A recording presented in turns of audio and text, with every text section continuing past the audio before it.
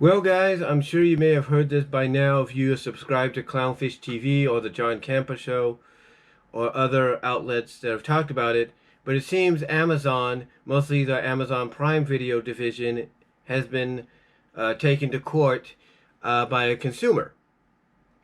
And this consumer, according to Amazon, even after filing a lawsuit and an injunction against them, still continued to make some purchases through the digital store of movies and shows even afterwards. Basically 13 in total, according to what they told the courts.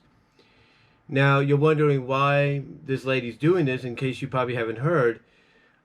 Basically, she's upset at the fact that Amazon didn't tell her until she read it in the fine print herself, the user's terms and agreements, that she technically doesn't really have ownership of the digital movies she's purchased.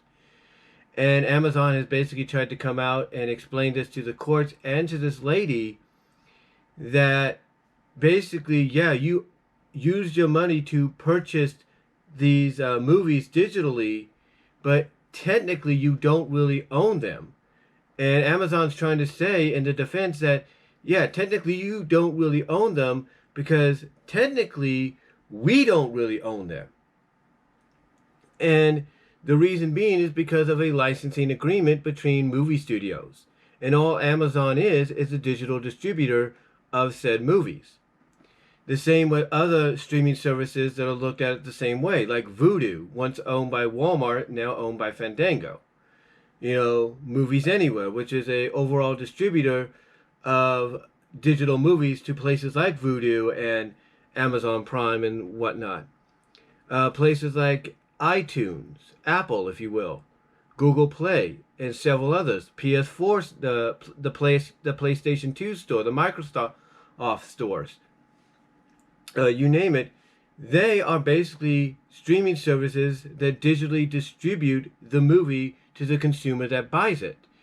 But they don't technically have complete ownership of said movie, so that basically what could happen in the future is a studio like, let's say, Warner Brothers or Disney or Universal, MGM, or some independent studio could anytime end their agreement with any of these streaming services, digital distributors, and by ending their agreement, take all the movies and shows that are under the license or under the ownership, they could take all of them along with that agreement. Once that agreement ends, I should say, they take all that content from movies and shows, they take it with them.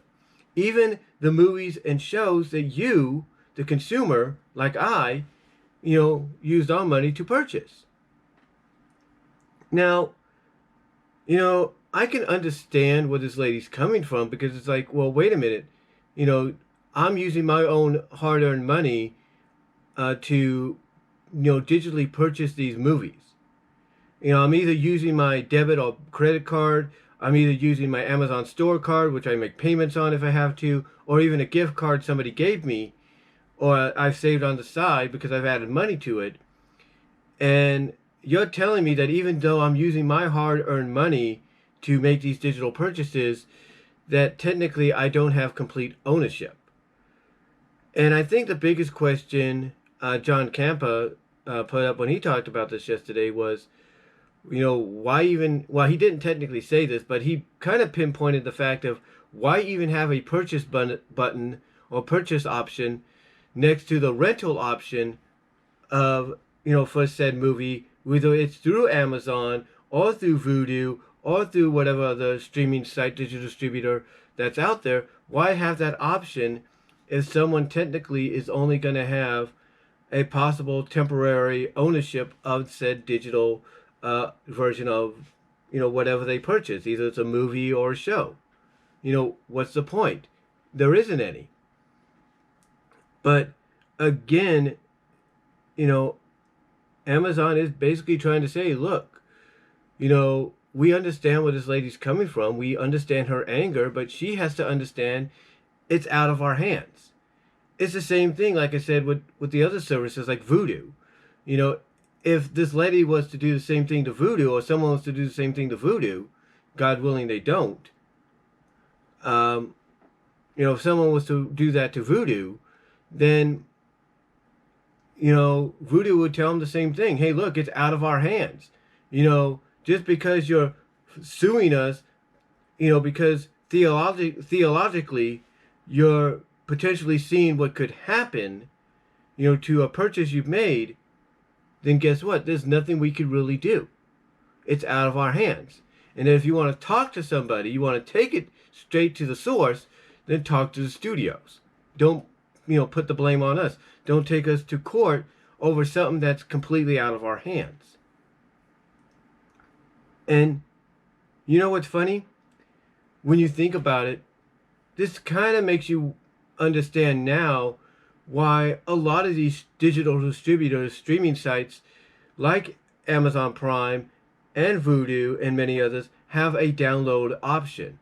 Because they know there's the potential that they could end up having the agreement with one of these studios end, and thus by having an end, all the content that's associated with that studio will be taken away, even, as I mentioned earlier, the content that you purchased. But by giving you, the consumer, the option to download that digital copy that you just purchased, they're basically kind of saving their own bacon. They're basically giving you a back door to still keep your purchase, your digital purchase. All you have to do is download it. And that would explain why the download option is there. Now, here's the thing. Like I said earlier, do I agree with this lady?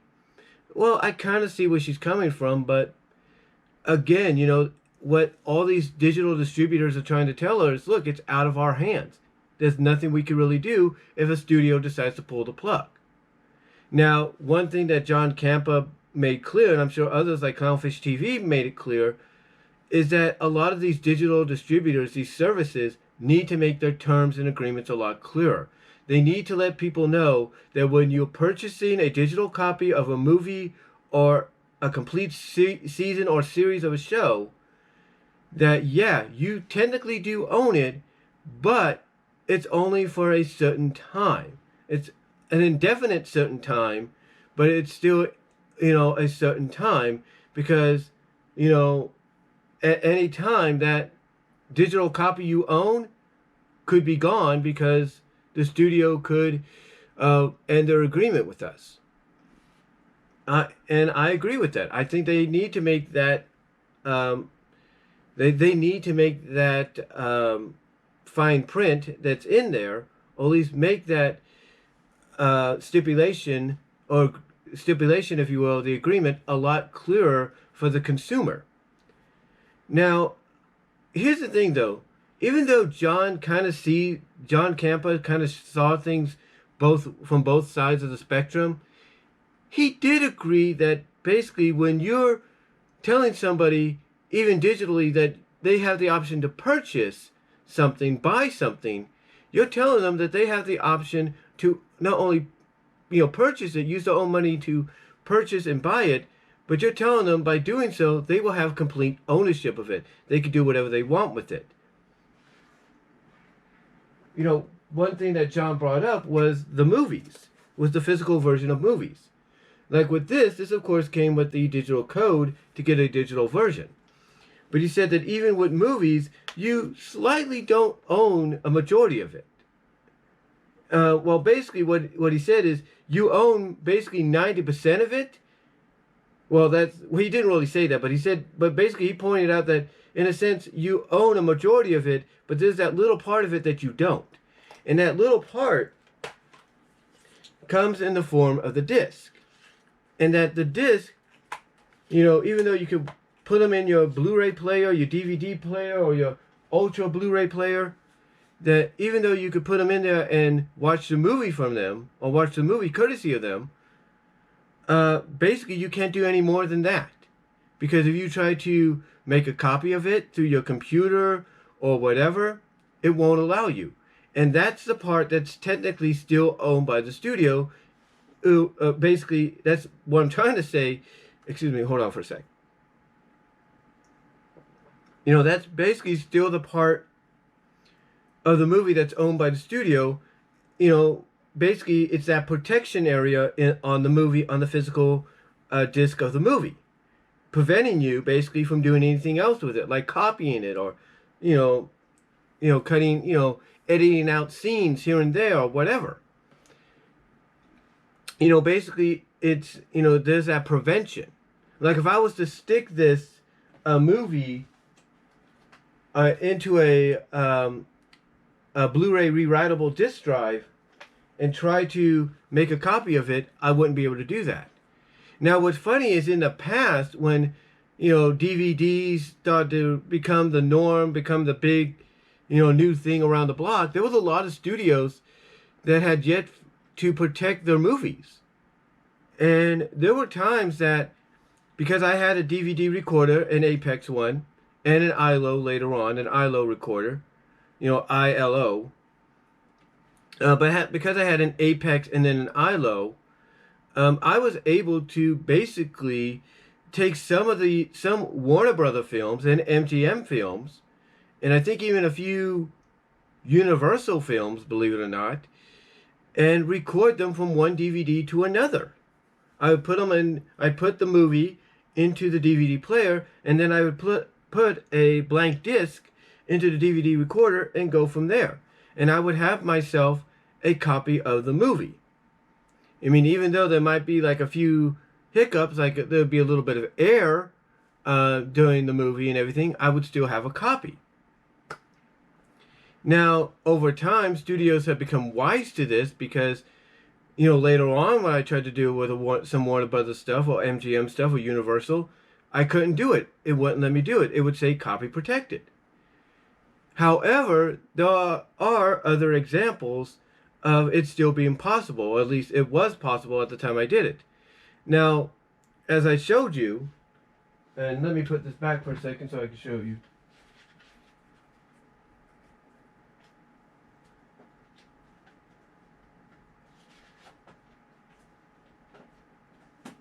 Now get in there.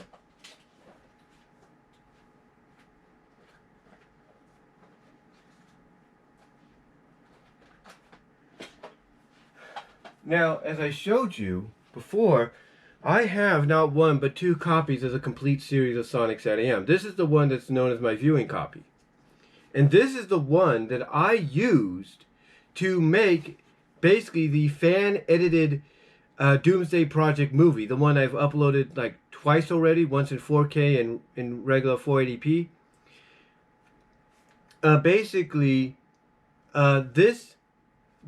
This release by Shout Factory allowed me to do that. And I used, I believe, my Sony DVD recorder to do so. So it was, even at the time I did it, still technically possible.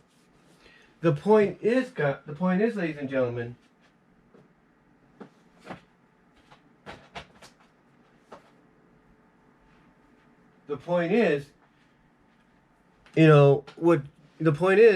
what John Campbell was trying to say is that there are certain movies nowadays, now that Blu-ray and Ultra Blu-ray is more focused on than DVD.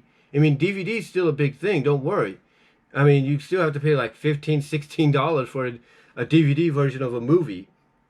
But basically, because Blu-ray and Ultra Blu-ray is more prominent, studios have become wise. Independent, major studios have become wise to what's going on. So that's why John's coming out and saying that even though you physically own the movie, 90% of it, that 10% that you don't own is still owned by the studio because they put that protection on the movie. Now, the other thing that John brought up is, why it seems to be confusing to not just this lady, but to others, if you're going to put that purchase option in the digital area next to rental. Because, again, when you put purchase there, you're enticing people to basically use the money to buy a digital copy of that movie, and by doing so, as I mentioned earlier, you're technically telling them that they now own that movie. But what's being brought to the table here is the fact that Amazon is saying, yeah, you do own it, but technically you don't. And that makes people confused. I mean, for example, when I bought this Guardians of Harmony Celestia here, When I bought this version of her, it was mine. I used my money to buy Celestia. And when I bought her, she was mine, so I could do anything I wanted with her. I mean, I had her at one time over on this section of the room on one shelf that I put into the closet, and now I put her right here on top of my record player. So I can do whatever I want with her. The same with the Nightmare Moon Princess Luna figure. I can do whatever I want with it, if you will. Point is, when you buy something, you have ownership of it. He used a mug, like his Batman mug. Well, I bought 2 of these 49er mugs. And these are mine. I can do whatever I want with them. I could put coffee in it like I have right now. I could put orange juice. I could put soda. I could put eggnog. It doesn't matter. I can do whatever I want with it. This GoPro, which I'm filming this on, I could do whatever I want with it because it's mine. It's technically mine. Not technically, but it's totally mine. It is absolutely 100% under my ownership. It's mine to do whatever I please with. And, that's what he's trying to get at. That's what a lot of people are trying to get at. That if you're going to put the purchase/buy option on there, then unless, there's an agreement like with these, digital distributor streaming services and the studios, then you need to make it clearer that, yeah, people are purchasing the digital copy of the movie or the show or the series, or the complete series or the complete season of a show or whatever. Yeah, they are purchasing it, but only for an indefinite time. And that when that indefinite time comes up, they should let them know and either offer them a refund or basically tell them, go to the studio website, create an account there, and you'll still have access to your stuff. I mean, one thing that I've noticed, and a lot of people have noticed, is that a lot of studios nowadays are making sure that if you have a physical copy of a movie that comes with a digital code, that you have to go to their site to access that code to redeem, so you can redeem your digital copy. And then they give you an option of what area or what places you want to redeem it at. It has to be one option, but it gives you a variety of options like Vudu or Prime or iTunes or Apple or Fandango or Google Play. It gives you those options. Again, it has to be only one choice, but it gives you those options still. I think some places give you 2, but most times it gives you 1. And some of them do give you the Movies Anywhere option, so you could have it distributed, not just at Movies Anywhere, or accessible, I should say, at Movies Anywhere, but also have it accessible at Amazon and Vudu and all the other places. But I, along with others, tend to notice that's what nowadays, that's what a lot of studios are doing. With Sonic the Hedgehog here, it's done through Paramount. With some of the Sony movies, it's done through their site. With some of the Warner Brother movies, it's done through their site. In the past, with Fox, it was done through their sites. And there are some places, like Lionsgate, where you have to go to a website called redeemmovie.com or movieredeem.com or whatever and redeem the movie there. Or sometimes you have to go to the Lionsgate site to redeem the movie by using the code. Sometimes you have to go to another website and try to redeem the movie digitally, but then that movie's no longer there. And you have to buy it digitally elsewhere. Like, for example, the Congress movie with Robin Wright.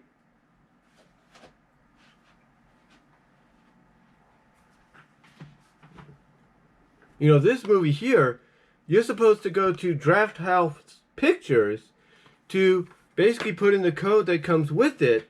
And there is a digital code. There's a digital code that comes with it. Right here, there is a digital code. But when I go to Draft House, the digital code's not there. I try to put in the digital code, the movie's not there. So I have to go to a place like Amazon. I have to go to a place like Movies Anywhere. I have to go to Vudu to try to purchase a digital copy of the Congress.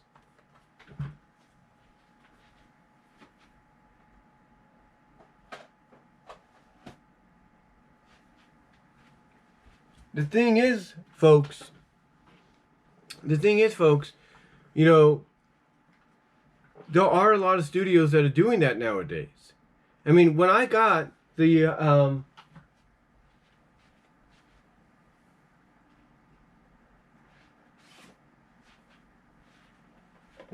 My Little Pony movie, I had to go to Lionsgate to get a digital copy of the movie. But guess what? It gave me a few options, and one of those options wasn't Amazon Prime. It was Vudu. I had to choose Vudu to get my digital copy.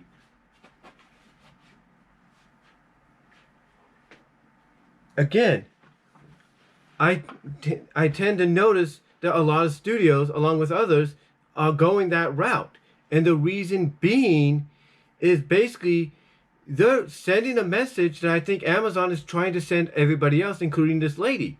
And that is these studios that now most times you have to go to redeem a digital copy of your movie if you buy a physical copy, they're the ones that own the rights to the movie. They're the ones that release the movie to theaters. They're the ones that are giving us the okay through these digital distributing agreements to distribute the movie to you guys if you purchase it.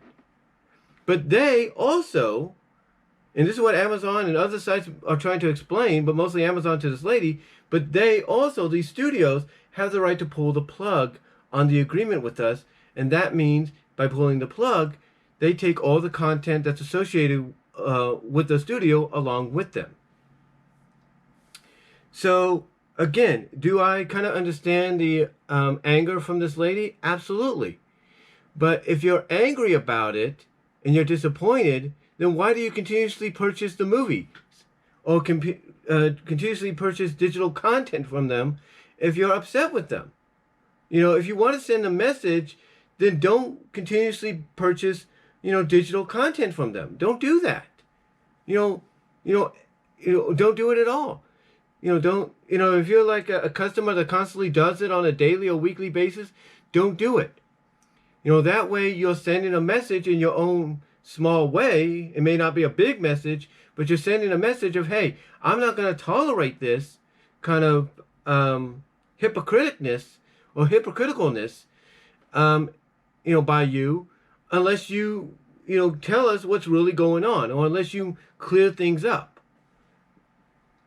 So, like a lot of people, I understand where this lady's coming from, but I can also understand what Amazon is trying to say, because, again, it's like Campa said, it's not just Amazon. It's all these other streaming sites, digital distributors out there. It's basically out of their hands if the studio decides to end the agreement, and by ending it, take the content with them. So, yeah, it's out of their hands. There's not much they can do. Do they have to make do digital distributors like Amazon and Vudu and Fandango and Apple and Google and all them, Movies Anywhere, do they have to make it a lot clearer for the consumer to understand that, yeah, you are purchasing this as ownership, but it's basically a semi-ownership for an indefinite amount of time until something happens? Yeah, they need to make that more clearer. I agree with that. And hopefully after this whole situation, Amazon will do that, and then maybe other digital distributors like Vudu and Movies Anywhere and Google and iTunes and Fandango will all basically, follow suit and say, hey, here's what's going on. You have the option to rent the movie or purchase it, but if you purchase it, we have to remind you it's for an indefinite amount of time until something happens, unless an agreement ends. So, that's basically, I think, what they need to do. And maybe they need to make it clear as well that if that was to happen, give them a link to go to the studio's site so they could create an account there and still have the digital purchases, but they have to go to the studio's site to access them. So, anyway, though, guys, I just wanted to give you my thoughts on that. I know it went for almost 20, going on 25 minutes, but again, just wanted to give you my thoughts. Let me know what you all think about it. Do you think this lady has a right to, file this lawsuit? Or do you think, honestly, digital distributors / streaming services like Prime Video, courtesy of Amazon, along with Vudu and all of them, need to make their um, need to make basically the agreements a lot clearer as to what a purchase, what a digital purchase, especially of a movie, is really all about. So, what it entails too. So let me know what you guys think down below. Comment if you like, and I'll talk to y'all later.